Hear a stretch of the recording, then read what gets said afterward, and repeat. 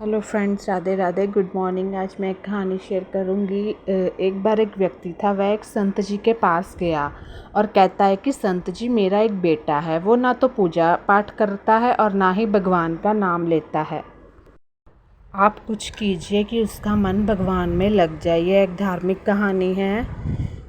राधे राधे नाम जप महिमा का कीमत, मतलब राधे राधे नाम की महिमा का कीमत। राधे राधे जो हम जपते हैं उनके नाम की क्या महिमा है, क्या कीमत है। संत जी कहते हैं, ठीक है बेटा, एक दिन तू उसे मेरे पास लेकर आ जा।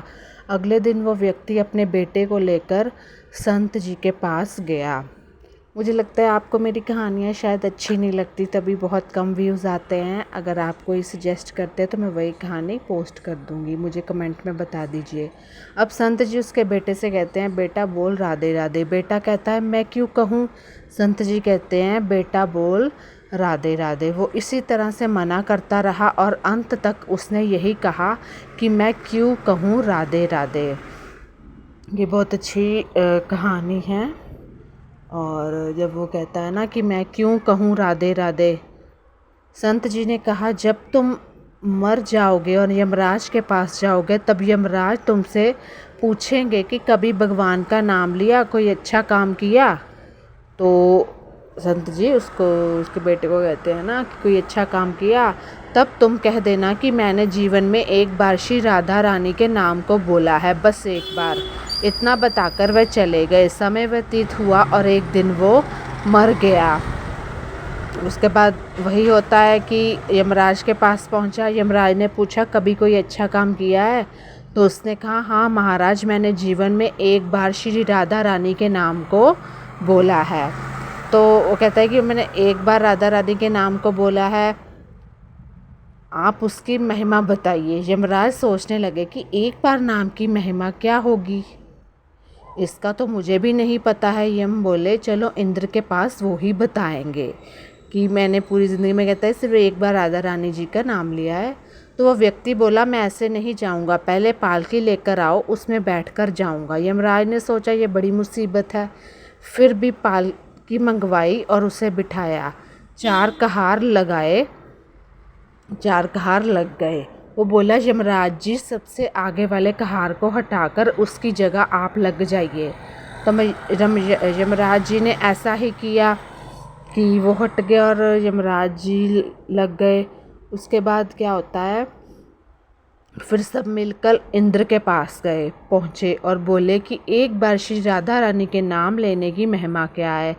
तो इंद्र बोले, महिमा तो बहुत है, नाम लेने की कीमत महिमा तो बहुत है, लेकिन वही बात है कि उनको मुझे भी नहीं मालूम। इंद्र जी कहते हैं, मुझे भी नहीं मालूम। बोले कि चलो ब्रह्मा जी को पता होगा, वो ही बताएंगे। वो व्यक्ति बोला, इंद्र जी ऐसा है, दूसरे कहार को हटाकर आप यमराज जी के साथ मेरी पालकी उठाइए। अब एक और यमराज पालकी उठा रहे हैं और दूसरी तरफ इंद्र लगे हुए हैं। पहुँचे ब्रह्मा जी के पास। ब्रह्मा ने सोचा कि ऐसा कौन सा प्राणी ब्रह्मलोक में आ रहा है जो स्वयं इंद्र और यमराज पालकी उठाकर ला रहे हैं, कि ऐसा कौन सा व्यक्ति है। तो ब्रह्मा के पास पहुँचे। सभी ने पूछा कि एक बार श्री राधा रानी के नाम लेने की महिमा क्या है। ब्रह्मा जी बोले, महिमा तो बहुत है, पर वास्तविकता क्या है कि ये तो मुझे भी नहीं पता क्या है। महिमा तो है लेकिन पता नहीं क्या है, लेकिन हाँ, भगवान शिव जी को ज़रूर पता होगा। वो व्यक्ति बोला कि तीसरे कहार को हटाइए और उसकी जगह ब्रह्मा जी आप लग जाइए। अब क्या करते, महिमा तो जाननी थी। तो क्या होता है कि 4 कहार थे ना, तो उसमें से 3 तो एक यमराज जी हो गए। अब पालकी की एक और यमराज है, दूसरी तरफ इंद्र है और पीछे ब्रह्मा जी है। सब मिलकर भगवान शिव जी के पास गए और भगवान शिव से पूछा कि प्रभु, श्री राधा रानी के नाम की महिमा क्या है।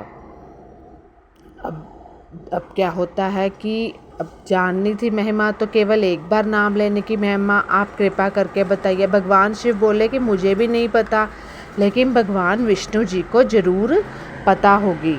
तो अब चारों जाने जाते हैं, तो वो हो जाते हैं विष्णु जी के पास। वो व्यक्ति शिव जी से बोला कि अब पालकी उठाने में लग जाइए। इस प्रकार ब्रह्मा, शिव, यमराज और इंद्र चारों उस व्यक्ति की पालकी उठाने में लग गए और विष्णु जी के लोक पहुंच गए। अब जब विष्णु जी के लोग पहुंचे तो विष्णु जी देखो क्या कहते हैं, विष्णु जी से पूछा कि एक बार श्री राधा रानी के नाम लेने की महिमा क्या है। तो विष्णु जी बोले, अरे जिसकी पालकी को स्वयं मृत्यु का राजा यमराज, स्वर्ग का राजा इंद्र, कि जिसकी पालकी को इतने सारे कहार उठाकर लेके आ रहे हैं, ब्रह्मलोक के राजा ब्रह्मा और साक्षात भगवान शिव उठा रहे हैं, तो इससे बड़ी महिमा क्या होगी।